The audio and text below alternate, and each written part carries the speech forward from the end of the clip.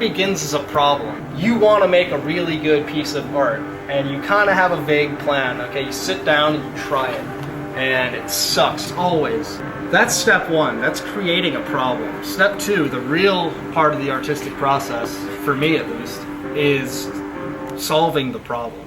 I never go into a painting knowing what I want to do. I usually start and overwork it and make a big problem for myself. And the majority of the time is spent fixing that problem to some degree. Safety is going to detract from discovery. Part of the process is leaping into the unknown. Painting like life, we're kind of just firing from the hip. The best stuff happens through trial and error over and over on accident. That's like the journey of discovery, the battle an artist has with themselves. Whoever says you don't have to suffer to make good art isn't working hard enough. The soul, the spirit, the struggle is not going to shine through if your piece looks like it was made in a factory for a dentist office basement.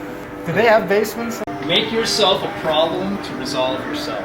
What I want to do, make a big mess of things. I add to the mess hoping that somewhere along the way this becomes beautifully constructed amalgamation of bad decisions that creates a project with a nice dollar amount.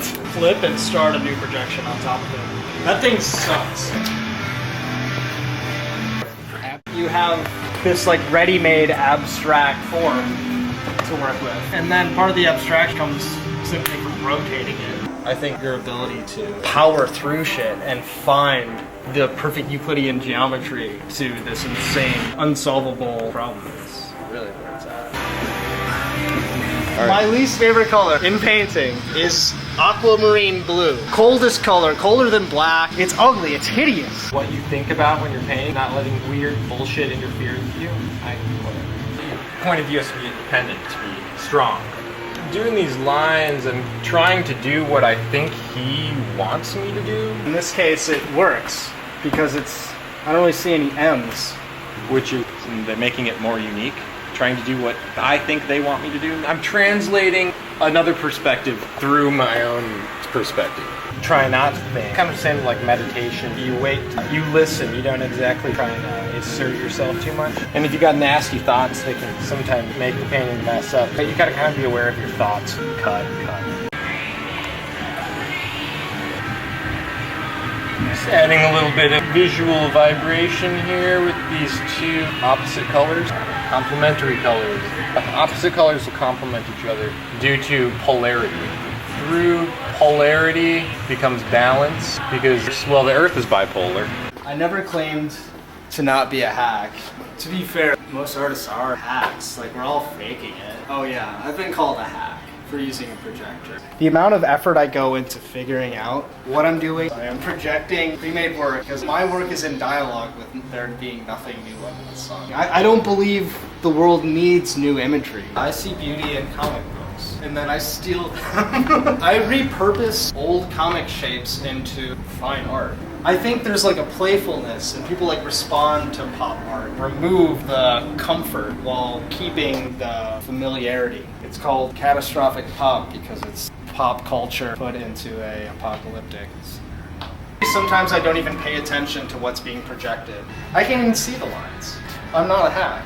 How the projected lines interact with like the pre-drawn lines. What the painting is supposed to be will kind of like reveal itself. We're working on uncovering the result. I like painting because I can think about whatever I want. Painting's a very slow process, so you kind of have to relax. The only thing that stresses me out when I paint is things that are stressing me out in my life, which end up affecting the painting. Painting doesn't cause me stress, no, it's very enjoyable. Each of the paintings reflect my state of mind. But what I need to do is pay attention to my state of mind so that I can use the same emotion on the same ones. Fuck!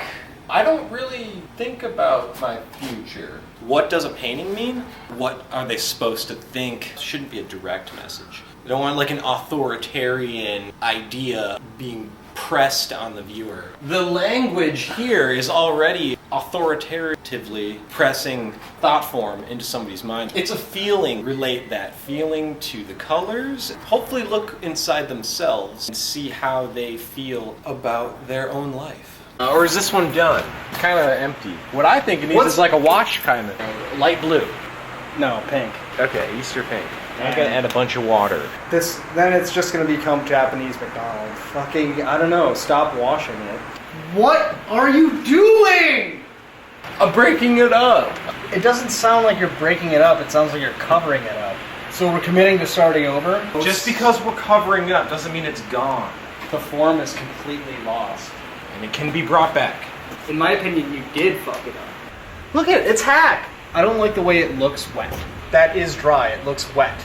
You can create problems that are unsolvable. It's so bad.